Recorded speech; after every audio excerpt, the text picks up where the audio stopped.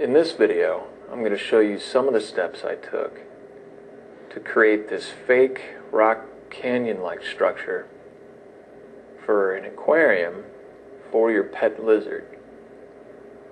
Now what I had to do, because I was working with a top-loading tank instead of a front-loading tank, is I had to create each piece in a sort of jigsaw puzzle-like style.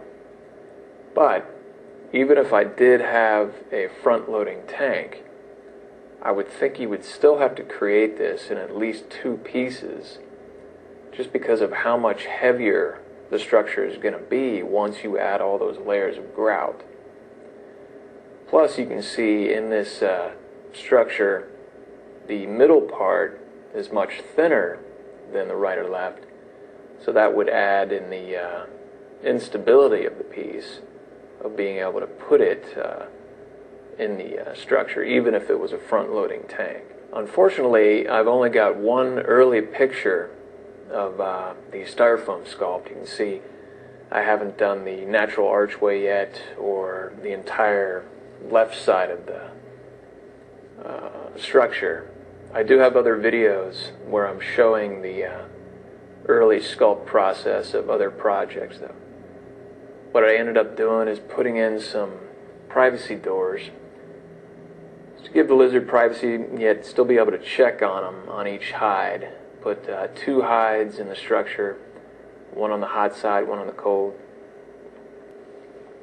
But each piece had to be designed separately to be able to support its own weight, and yet still be able to fit against an adjacent piece to make it look like it's one piece. You see right here, this is actually a piece of wood, thin piece of wood to give it a little bit extra support. Got this on each piece. If I were to use styrofoam for that support beam, it wouldn't have been as strong, obviously, and it would have had to have been much bigger than what that piece of wood ended up being. So it's just something you got to experiment with. Styrofoam as opposed to other materials. One thing I suggest when you're doing your styrofoam sculpt is to constantly be putting it back into the cage to make sure it still fits. Because when you're doing the grouting process, which is what I'm doing here, you're going to, one, significantly increase the weight of the styrofoam sculpt. Plus, you're going to increase the size a little bit. Maybe a ½ inch to an inch, depending on how much grout you end up putting on. But what I'm doing here is I'm using a non-sanded grout. First layer rather thin. You want it thin to be able to get it into all those crevices. If you used a sanded grout, it would be a little bit more difficult to thin out. And if only we could move this quickly. But yeah, the grouting stage is a fun process, a little bit of a mess. You can see right here, this is the basking spot. I ended up putting a couple of layers of tile there to possibly hold in the heat better. And on second, third, and fourth layer, you probably want to put in some concrete color mix, cement color. This just enables you to, if you get called away from the project, you can come back a week later and know exactly where you've been. What I've got here is I'm mixing up much thicker grout to put on some detail. I've just put little globs of it here and there around the structure. Put in a glob here. Much thicker grout, so a lot less water. And you're going to let that dry just a little bit, maybe 2 to 10 minutes. Go back later with a knife, and you're just making upward and downward strokes into the thicker grout to create those grooves you can see towards the bottom left of the screen, one that's dried. This is sort of an optional stage where you can put in some of the dark detail before you start putting on the base coat of color. And you'll end up covering up most of this color, but this is something you can do after the fact. So yeah, it looks a little ridiculous here. One of the ways, obviously, is either a paintbrush or a sponge of applying color. But I've found a much faster, quicker, more efficient way is using like a dollar store water bottle. You put some paint in the bottom, water, mix it up, and you got a poor man's paint gun. So it's very quick.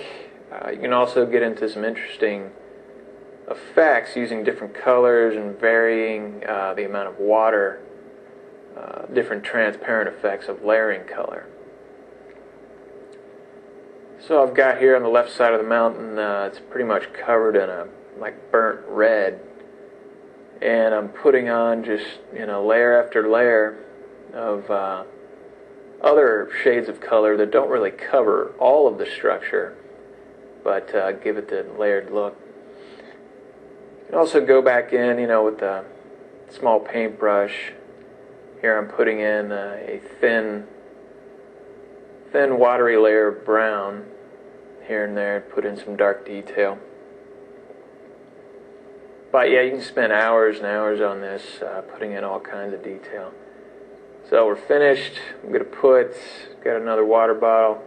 I've got Mod Podge all-surface sealant, non-toxic. Put that in water bottle, water it down.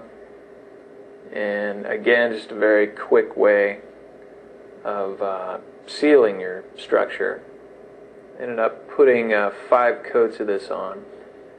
Then you can take a sponge and sop up the excess, wring it out over an untreated area.